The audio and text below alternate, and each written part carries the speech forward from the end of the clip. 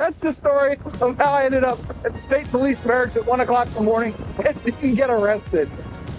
And we saw an accident. This is a video. Why would anybody click on this? Thought I was out of my mind. Hey, my friends, what's happening? Welcome back to the channel. It's a little bit of story time today. Every time I find myself on this section of road, I think of a story to tell. And I got a good one for you, I think. It's half decent anyway. Can't be any worse than other content you make, John. Oh my goodness, but can we stop and marvel for a second at the advent of electronic maps, okay? Electronic maps are a boon to most of society, in my opinion. I think they're a great thing. They rose to Google Maps levels, and we have handheld GPS devices, we have built-in GPS devices, and we have stuff like Waze that shows you where the cops are. Whoop, whoop, whoop. Don't get pulled over. But I absolutely love the maps. They are a great thing. They helped me avoid like 20 minutes of backup going home today. Just half of my commute, 20 minutes. That's 40 minutes a day. That's 200 minutes or 3.5 hours almost a week of time not spent in traffic. I think that's a great thing. And I think everybody should use them. And why am I in traffic now? This road was supposed to be clear.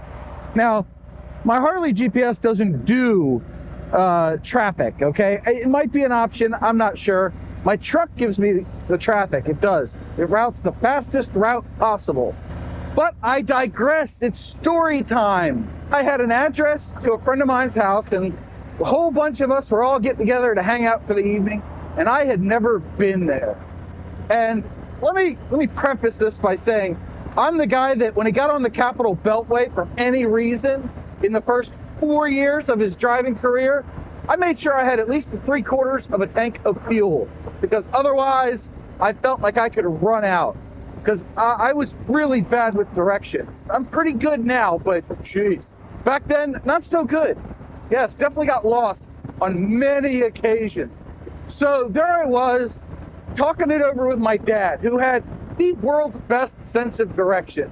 That man had never been to New York City, and my mom's friends hired him to drive them. He owned a limo. It's a story for another day.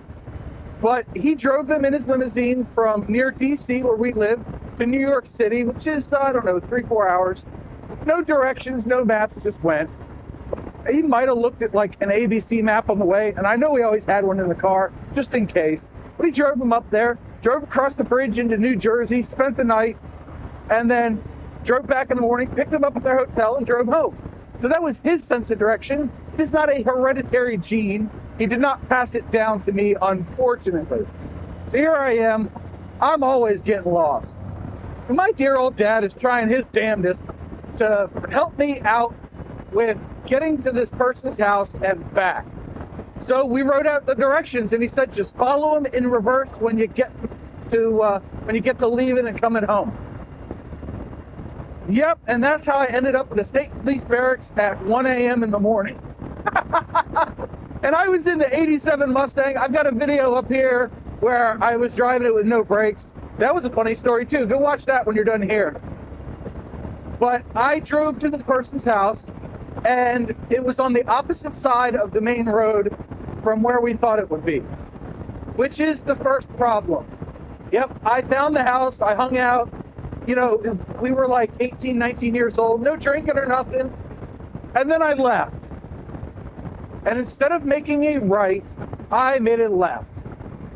I ended up hitting a road that I thought was right. It was 295.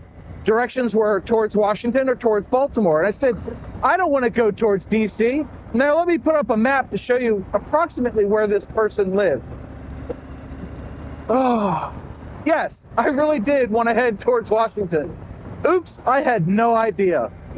So then I get on this 295 and I'm like, all right, I'm headed up here, and I see all these whatever 95, 195, 695, you know, whatever. And I'm like, I have no idea where the hell I am. Hey, there's a 97. I live off of a 97.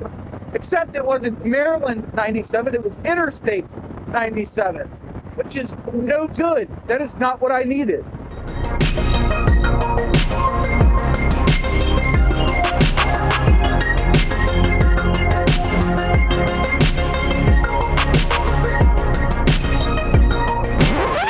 Holy shnikes. Well, the Google Maps couldn't have figured on this one. Oh, geez. I don't think everybody's okay, but I hope they are. That's a rough one. Wow. And the road is completely blocked here. I don't know what to do now. I have no idea what I'm supposed to do. But I can sneak over here. I don't want to get in the way of their firefighting duties or cause more firefighting duties, but, well, having a motorcycle just saved me about half an hour, I think. Wow.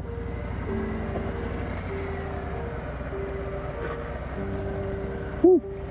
Overturned car. Wow. Okay, well, that's something new. Haven't seen that one before. Well, I've seen overturned cars, but I haven't seen that. Let's take a closer look. Yeah, look at that. Overturned SUV. And I don't know who else was involved. That landscaping truck might have been involved. Wow. Well, I do hope everybody's okay. That's horrendous. Accidents are no good for anybody. And it's a misnomer that they call it an accident when so many of them could be prevented by proper driving etiquette, technique, and maintenance on their vehicles. I'm not even trying to say that that's what happened here.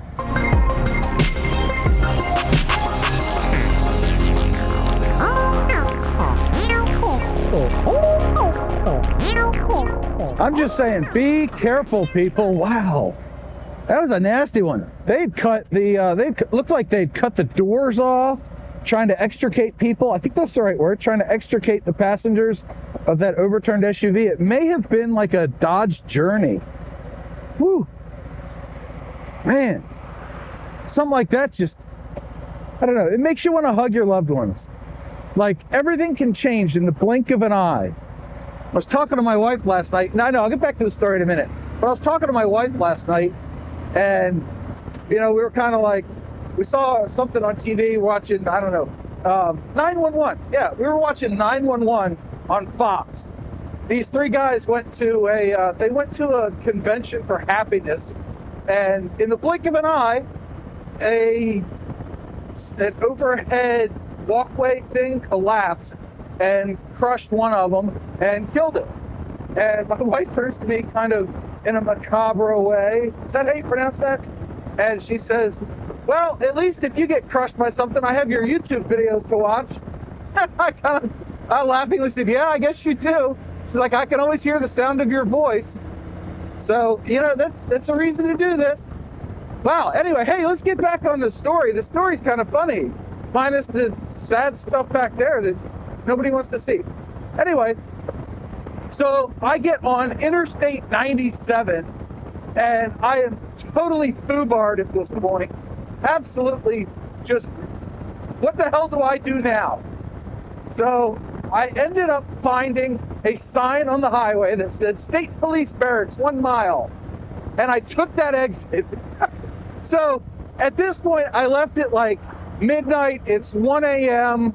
on a Sunday morning. And I walk into the State Police Barracks. And I was in my 87 Mustang. I put the top up.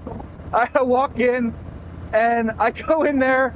And there's one desk sergeant or whatever. And he's like, how can I help you?